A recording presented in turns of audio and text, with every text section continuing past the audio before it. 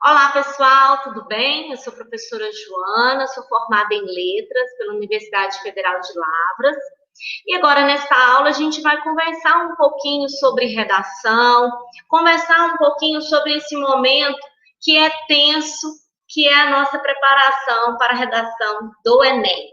Mas antes de mais nada, vamos falar também sobre o que é um texto, como ele pode ser construído, como ele pode ser organizado, como o seu pré-projeto, não é, de texto, ele pode ser arquitetado por você, tá certo? Então, eu espero que durante essa aula você possa tirar as suas dúvidas ou se embasar cada vez mais naquilo que você já domina, que eu tenho certeza, não é? Então, quando a gente fala sobre texto, a gente se organiza em torno de uma palavra, né? De duas palavras, que são estrutura dissertativa.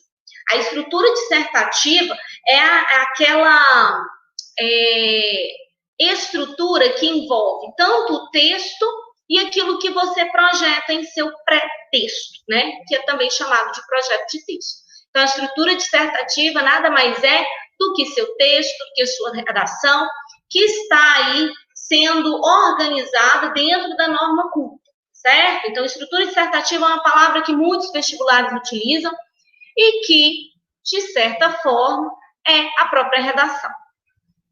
Observando que dentro dessa vertente Enem e outros vestibulares também, a estrutura dissertativa, ela está compreendida com introdução, desenvolvimento, 2 parágrafos, não é? E conclusão.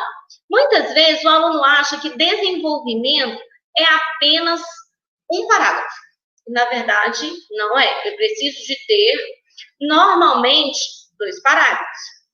Professora, posso colocar 3 parágrafos? Como a redação do Enem, né, ela tem 30 linhas no máximo, eu não aconselho que você coloque 3 parágrafos, até porque eu preciso de 2 parágrafos muito bem organizados, né? Parágrafos elaborados. Então, querendo ou não, mesmo que você deseje colocar 3 parágrafos, não seria legal, não seria inteligente aqui neste momento, certo? Agora, quando a gente vai falar de redação Enem, a gente fala que ela é embasada, ela é avaliada, não é? Em 5 competências. A competência 1, 2, 3, 4, 5, e ela vai se organizando aí de acordo com as vertentes avaliativas, tá?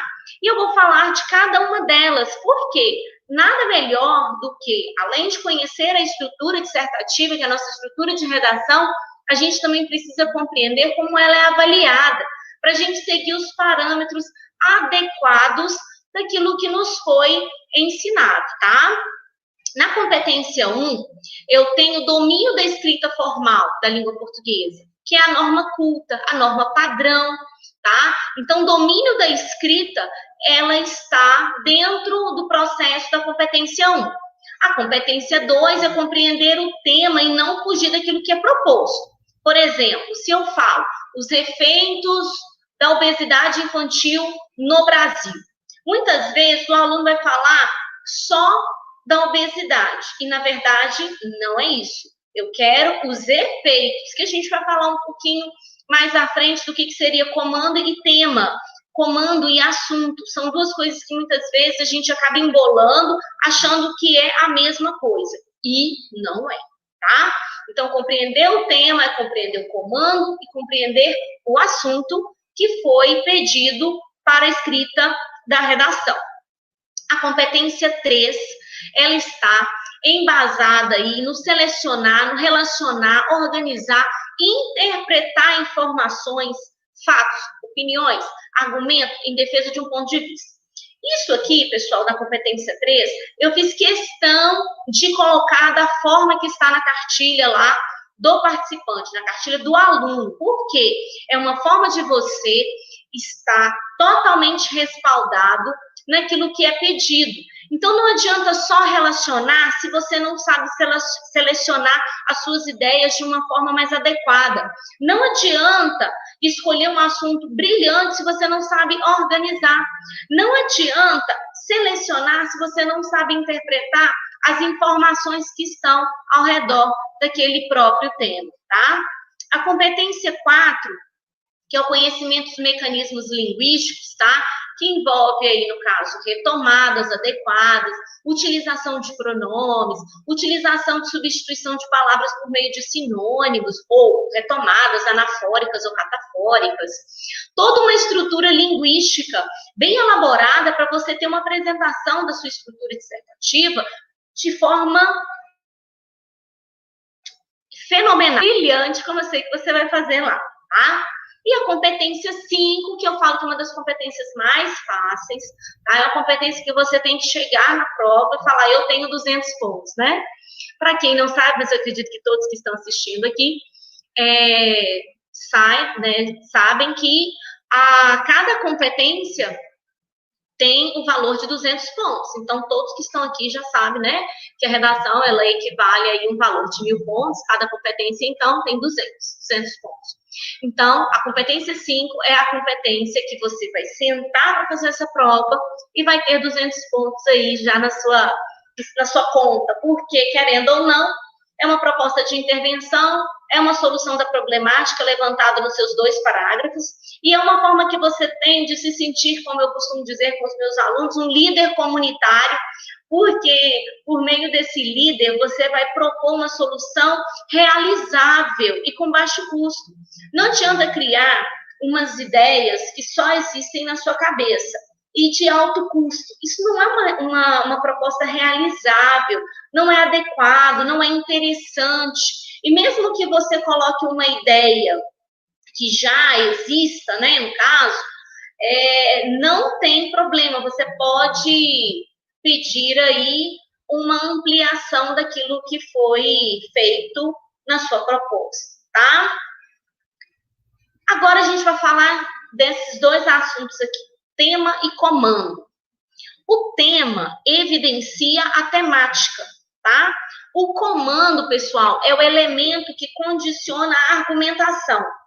Eu falo que para falar de redação é necessário que o aluno tenha noção dessas 2 palavras, porque o tema é essa temática, é o que gira em torno do assunto, né? Agora, o comando é a nossa bússola, é a nossa forma de escrever mediado pela temática. Como eu disse, os efeitos da obesidade infantil, né? Então, efeitos entraria como comando, e o assunto em si aqui, pessoal, é a própria obesidade infantil, tá? Então, se você só fala da obesidade infantil, você não consegue atingir o ápice do que foi proposto na competência 2, certo? A fuga do tema, o que é fugir do tema? É ir contra aquilo que nós já falamos anteriormente. Eu te peço para poder falar dos efeitos da obesidade infantil, você vai me falar de saúde pública, tá? Que, na verdade, não deixa de ser, né? Quando nós falamos sobre obesidade infantil, eu também estou falando sobre um assunto mediado pela saúde pública, porém, é apenas uma ilustração argumentativa, e não o tema em si. Então, isso é fugir do tema e, consequentemente, é um 0, tá? Uma coisa que eu gostaria de deixar bem claro aqui é o projeto de texto.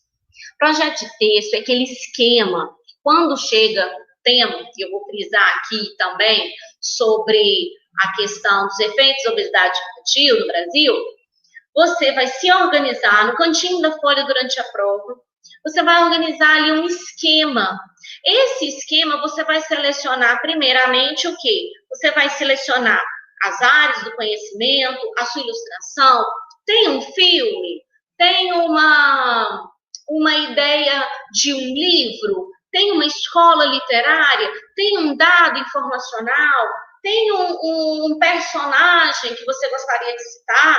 Então, o projeto de texto, também a gente chama de pretexto, é, na verdade, uma forma de articular de maneira organizada Porque não adianta colocar as ideias todas, eu quero escrever muito, mas de uma forma desorganizada, de uma forma não evidenciada, isso não é legal. Então, o projeto de texto aí, no caso, é o nosso esquema argumentativo, é uma forma de você endossar as suas ideias. E, é claro, né, pessoal, não adianta ficar colocando uma revolução só, ou colocando uma ideia que só fica embasada em um tema. Eu costumo dizer que muitos alunos, eu acredito que você também vai entender o que eu estou falando, porque quando a gente fala de revolução industrial, muitas vezes os alunos colocam só revolução industrial.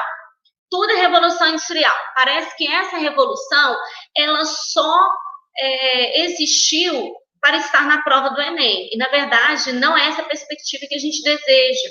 Não adianta ficar colocando alusões históricas ou forçando ideias, forçando temas de músicas, ou até mesmo filmes, escolas literárias. Veja que quem vai corrigir a sua prova de redação é um professor da área de letras. Muitos falam sobre a redação do Enem, professores de atualidade, história, geografia, e eu acho isso perfeito, porque é um assunto interdisciplinar. Mas quem vai corrigir a sua prova é um professor da área de letras. Então, cuidado com aquilo que você projeta, sem ter coerência textual, sem ter coesão, porque muitas vezes eu quero que aquele assunto seja endossado dentro de uma revolução ou de uma série, mas na verdade aquilo só existe na minha cabeça. Então, muito cuidado, porque a escrita textual é uma escrita para o outro, não é diário. Diário é para você. Então, muita atenção no seu projeto de texto, porque é ele que vai nortear a sua escrita. Porque na hora a gente costuma dizer, para passar a limpo, você precisa de 1h30.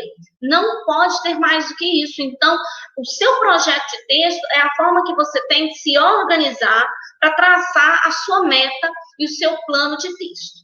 Até aqui, eu acredito que todo mundo tenha entendido o objetivo, tenha entendido também a importância desse projeto de texto. Alguns alunos falam para mim assim, Joana, eu quero colocar tudo na minha cabeça e ao longo da redação eu vou escrevendo, ao longo do tempo.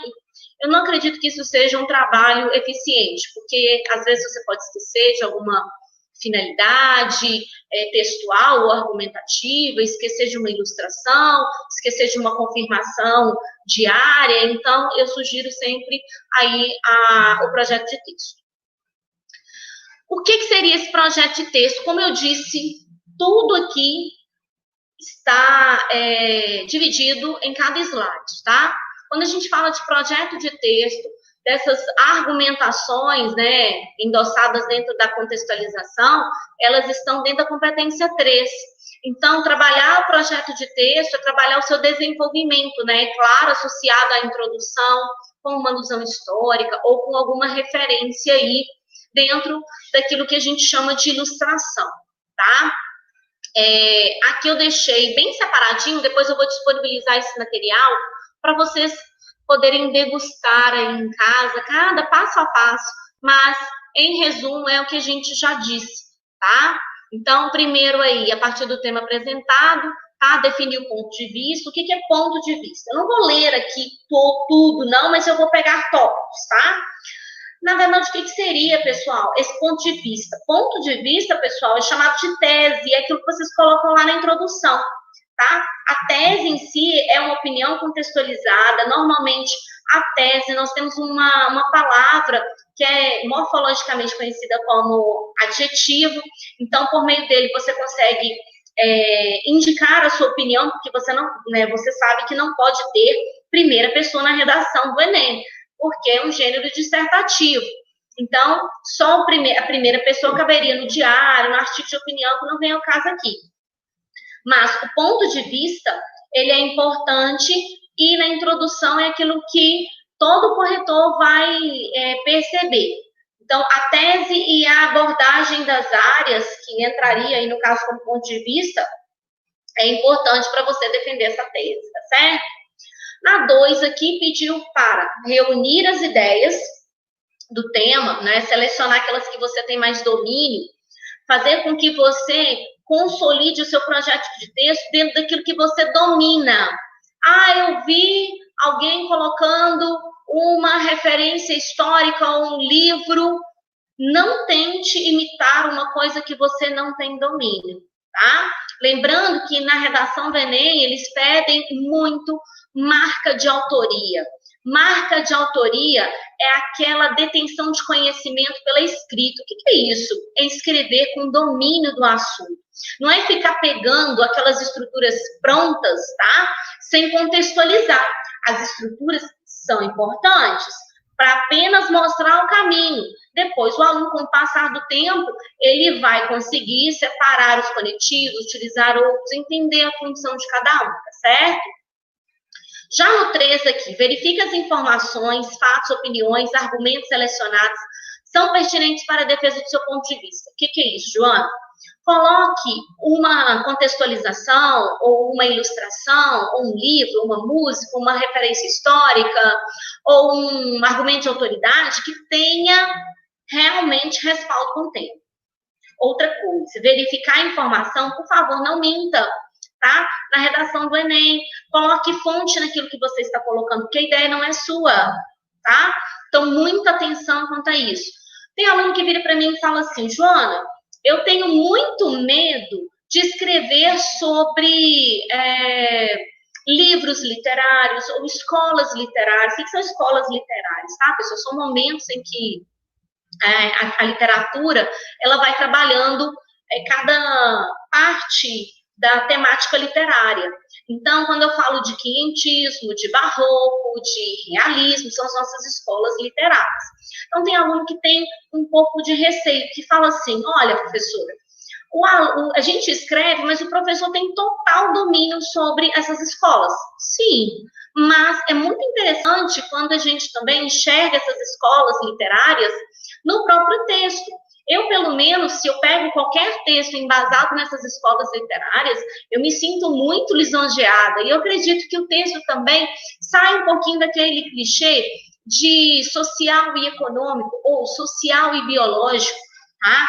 Sai um pouquinho mostrando um movimento de escrita, faz com que o aluno prove essa ilustração temática e também prove o domínio sobre uma referência histórica literária. Porque quando a gente fala de literatura, a gente também fala de um aspecto histórico, tá? Outra coisa, olha a dica número 4, tá? Organização das ideias selecionadas para serem abordadas em seu texto. Procure definir uma ordem. Se você, lá na sua tese, você fala questões sociais e literárias, quem está aqui, que vai fazer a prova, entende o que eu estou dizendo. Então, se você fala sociais e literárias, no seu primeiro parágrafo de desenvolvimento tem que ter sociais. No seu terceiro parágrafo, né, da redação em si, tem que ter literária. Se você troca isso, essa ordem, você perde ponto também nessa questão de gradação textual, progressão, tá? Outra coisa, vá dizendo as suas informações argumentativas aos poucos. Não fale tudo de uma vez. Aprenda a fazer com que o corretor tenha aquele prazer de ler o seu texto, aquele prazer de acompanhar os acontecimentos do que você vai escrever. Outro ponto marcante que é interessante frisar, tá? Você precisa confirmar, ilustrar e garantir. É uma estrutura com 3 parágrafos, 3 períodos, né? 3 parágrafos que entraria a questão de introdução, de desenvolvimento 1, desenvolvimento 2, que entra nesse projeto de texto, né? De forma mais evidente, porque a introdução é a resolução do que foi trabalhado no projeto de texto, né? 5. Aqui, examine com atenção a introdução e a conclusão. Você não pode deixar com que essas duas estruturas fiquem soltas. Lá na conclusão, você faz uma retomada daquilo que você disse na introdução, pelo menos no primeiro período, tá? E 6, evite apresentar informações, fatos, opiniões soltos, tá? São chamados aí de saltos argumentativos. Você começou a falar de uma referência histórica, mudou rapidamente para uma alusão literária. Não é bom, tá?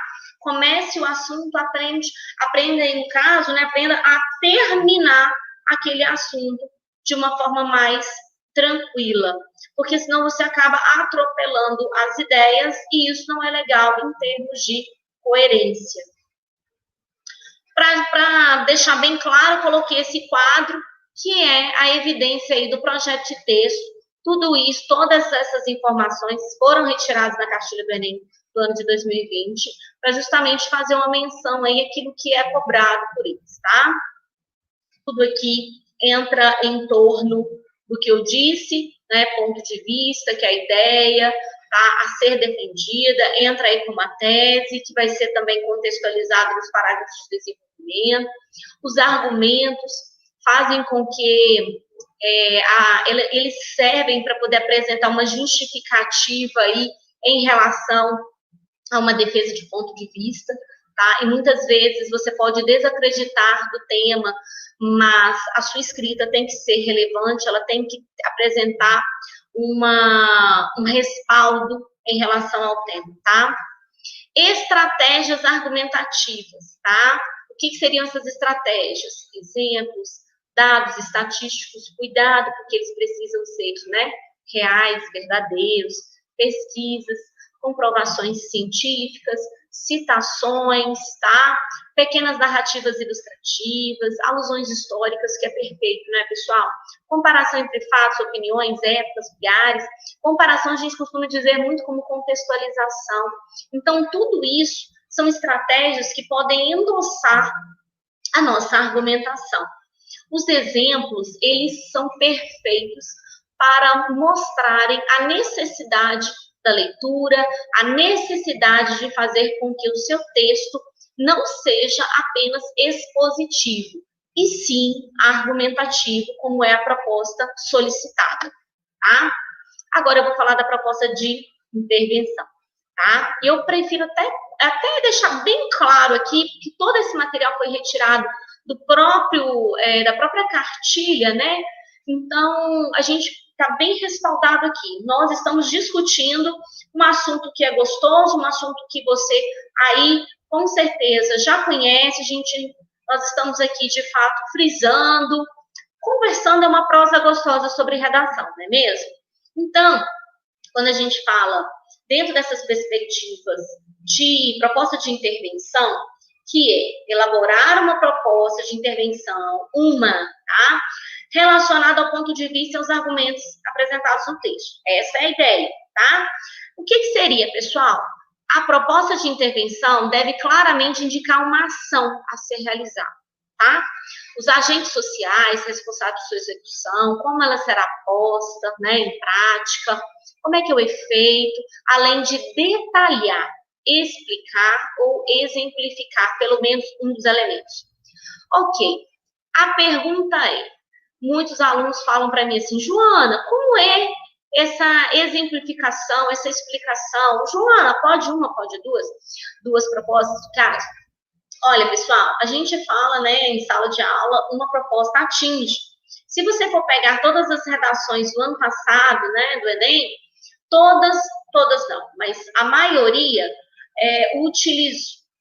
utilizou uma, duas, né, a maior parte, a maioria, vamos colocar aqui, se a gente for pensar direitinho, a maioria colocou duas, tá? Uma parte, uma que eu quis dizer, uma proposta, tá? Então, isso a gente tem que ficar muito atento. Mas, o que seria detalhar? Normalmente, eu falo para o aluno detalhar o agente por meio de um aposto, tá? O que é o aposto? Você vai exemplificar aquilo que você disse anteriormente. Então, o agente é mais fácil, detalhar os meios de execução. E eu costumo dizer que o aluno vai responder aquelas 4 perguntinhas, não é? O que, né? Quem, primeiro, o que, como e para quê, tá? O quem é o agente, o que são as medidas, o como, os meios de execução e o para quê é o fechamento, é a finalidade, o porquê que você escolheu aquela ação. Eu costumo dizer que é uma receita de bolo, tá? Os ingredientes dessa receita de bolo estão evidenciados aí no quê? O que você vai fazer? Já o modo de preparo, tá, da receita é o como aquilo vai ser desenvolvido. E por que existe isso? Por que existe o que e o como? Justamente para poder apresentar uma coerência e uma coesão, tá? Porque, às vezes, o aluno coloca uma ideia, como eu disse anteriormente, uma ideia que só existe na cabeça dele, mas que, na verdade, não tem processo de execução. Se não tem processo de execução, ela não é realizável. Então, com isso, você não consegue tirar a totalidade dos pontos, tá? E eu vou dizer que a gente vai comentar uma referência de redação nota 1000, que é uma redação de nota 1000, esse aqui do aluno Gustavo, tá? Depois vou dar os créditos no final aqui desse material. Eu tirei da cartilha do Enem 2020, então a gente consegue se respaldar aí, tá? Quando a gente fala sobre introdução, que aqui eu coloquei tudo dessa redação, tá? Coloquei a redação em si toda, e a gente vai observar cada parte dela, tá? Nesse primeiro período, quando ele cita o filósofo, pessoal, ele está fazendo uma referência filosófica, uma alusão filosófica. Ele não citou nenhuma fala, nenhuma citação, uma fala direta. Ele utilizou uma paráfrase, né? Que é aquilo que o filósofo aborda. Quando ele utiliza sob essa ótica, vê-se que o cinema apresenta a capacidade de transpor a tela, as ideias e os pensamentos presentes no intelecto das pessoas, de modo a possibilitar a criação de novos universos. E justamente por esse potencial cognitivo, ele é muito relevante. Observe que nessa introdução ele utiliza, tá, a palavra relevante, que é um adjetivo que apresenta aí a opinião desse aluno. Por que ele utilizou sob essa ótica, né? Sob essa vertente, sobre esse contexto citado pelo filósofo, tá? Então, ele conseguiu contextualizar aquela alusão a qual ele se referiu, tá? Aí, observe a tese, tá? É prudente. Prudente é o quê, pessoal? É um adjetivo. É prudente apontar? Está em uma ordem direta, né? Uma oração de ordem direta, começou com o verbo, tá? É prudente apontar diante disso que a arte cinematográfica deve ser democratizada, em especial no Brasil, país rico em expressões culturais que podem dialogar com esse modelo artístico por razão que dizem respeito tanto à sociedade quanto às leis. Então, as áreas, né, a argumentação vai estar dividida entre questões sociais e questões legais, em questões que referem-se às leis, que no caso ele vai citar aí a Constituição. Aqui é o primeiro parágrafo de desenvolvimento. Acompanhe comigo aqui. Em primeiro lugar, é válido frisar. Válido, aqui nesse caso, é uma palavra que também impõe aí a opinião. Tá? É importante frisar, é relevante frisar. A gente não precisa ficar utilizando as mesmas palavras, a gente pode mudar de acordo com o seu valor morfológico, tá? Com a sua classe gramatical. Não é aconselhado, né, pessoal, utilizar a palavra a priori, nem a posteriori, tá? Posteriori, a priori, são palavras que a gente não vai utilizar esse ano. É válido frisar que o cinema dialoga com uma elementar necessidade social e, consequentemente, olha aí um advérbio intercalado, a gente sabe advérbio né, de modo, no meio de uma oração, ele precisa estar com vírgulas intercaladas, tá? Não pode ser deixado em segundo plano. E aí, esse primeiro período aqui, pessoal, é um período de confirmação. Depois, ele cita um livro. E esse livro, ele coloca entre aspas, porque é uma obra, então deve estar entre aspas. E aqui ele contextualiza. Ele utiliza a palavra ratifica para confirmar. O que é ratificar? Confirmar. Ratifica a constante busca humana pelo prazer lúdico, pois ele promove um proveitoso bem-estar. É exatamente nessa conjuntura que se insere o fenômeno cinematográfico, uma vez que ele, ao possibilitar a interação de vários indivíduos na contemplação do espetáculo, faz com que a plateia participe das histórias de forma a compartilhar experiências, vivências que representam o fato lúdico mencionado pelo pensador, tá? no caso, o historiador que ele quis se referir. É perceptível, portanto. Pessoal, agora é hora de muita atenção. No primeiro período, ele confirmou uma área. Nos outros 2 períodos, tá? Ele ilustrou e contextualizou. Agora, pensa uma coisa. Não coloque períodos longos de ilustração. Dê uma pausa. Inicie com um conectivo, uma conjunção, para dar aquela sequência argumentativa. Quando ele fala é perceptível, portanto, tem aluno que fala para mim assim, Joana, portanto, como assim? Portanto, é um conectivo de conclusão, entre vírgulas, está entre vírgulas, né? E ele faz o fechamento daquela ideia feita, textualizada no parágrafo. Então, é muito importante que você perceba isso, esse fechamento de ideia, que entra aí na gradação textual, na gradação argumentativa.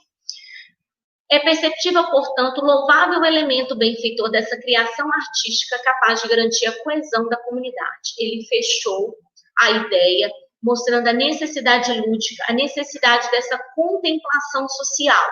Fez menção à tese que ele utilizou lá na introdução.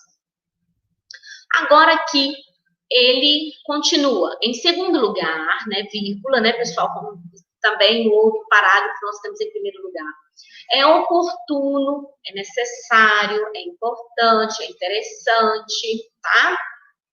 Comentar que o cenário do cinema supracitado, citado anteriormente, remete ao fato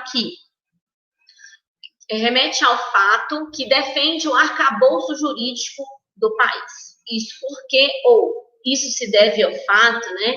Isso porque o artigo 215 da Constituição Federal é claro em caracterizar os bens culturais como direitos de todos, concebidos com absoluta prioridade por parte do Estado. Aqui, pessoal, ele começou a ilustração. E quando ele dá sequência, contudo, trazendo uma ideia contrária, uma ideia de ressalva, tá? Quando ele vai falar dessa questão do Instituto do Patrimônio, ele mostra essas discrepâncias em que tem a questão legal e a questão daquilo que é contextualizado, porque a gente sabe que muitas vezes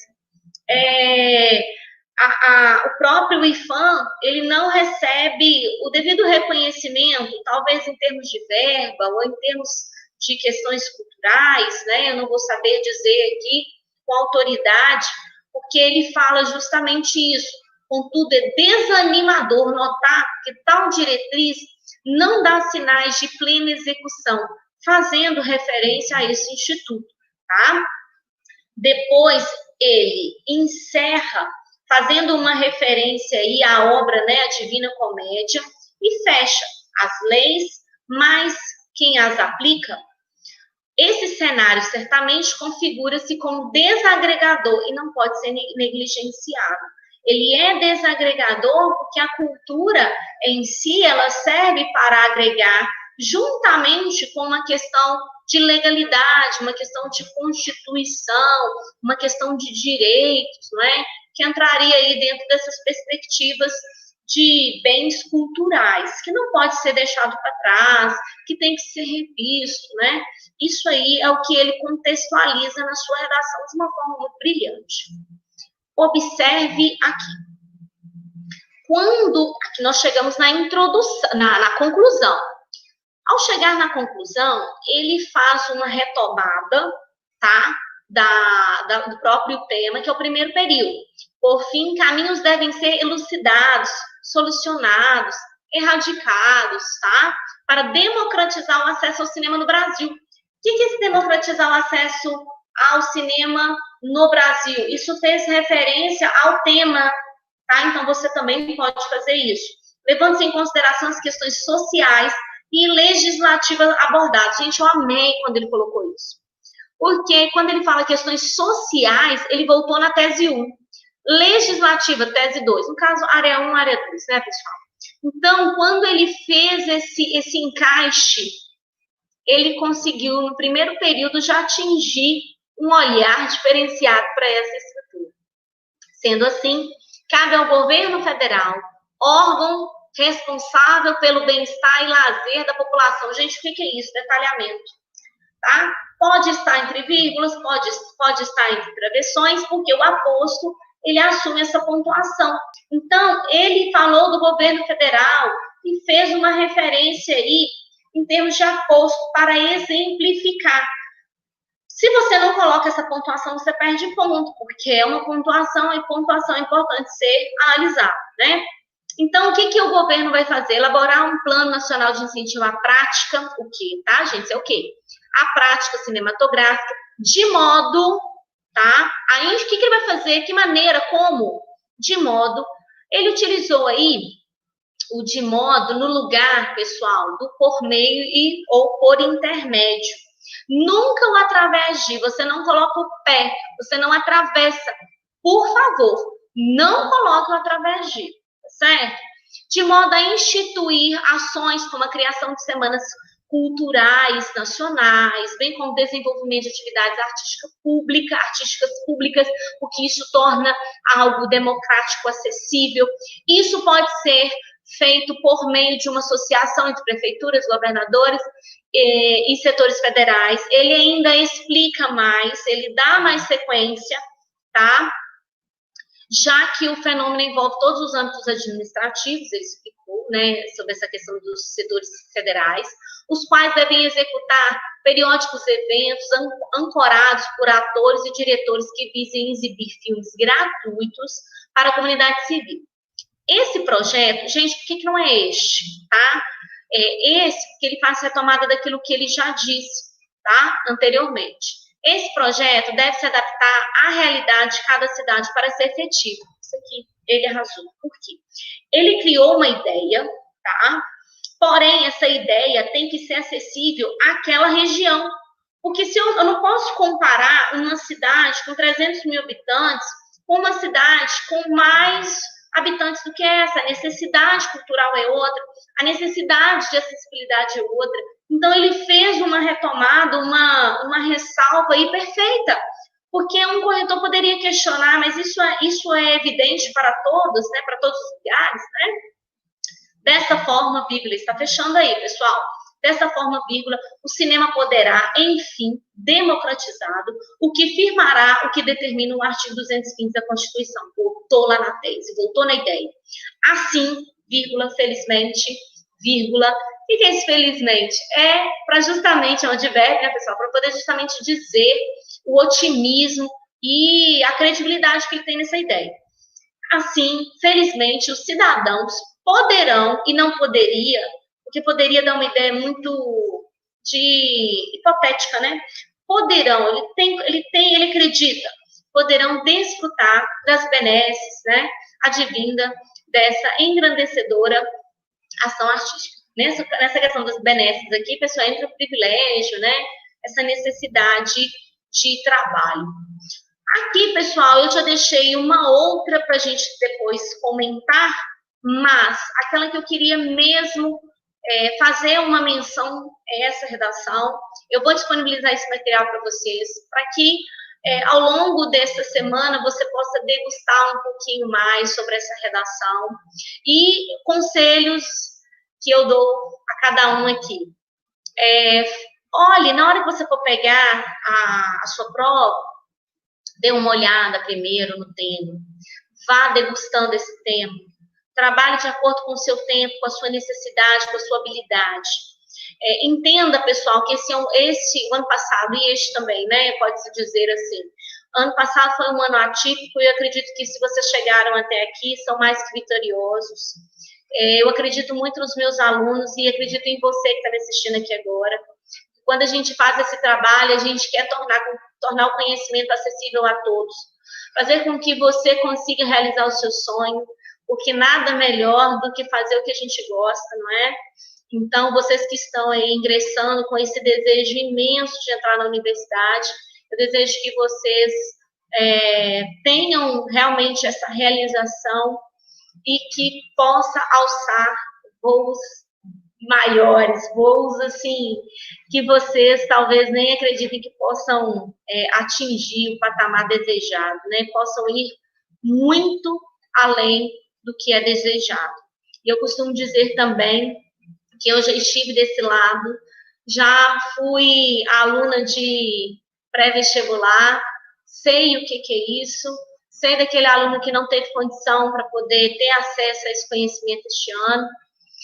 E uma coisa eu sempre digo, persista, sonhe, acredite, porque tudo é possível quando você trabalha em prol, tudo é possível quando você se dedica, tudo é possível quando você acredita que todas as oportunidades são válidas, tá?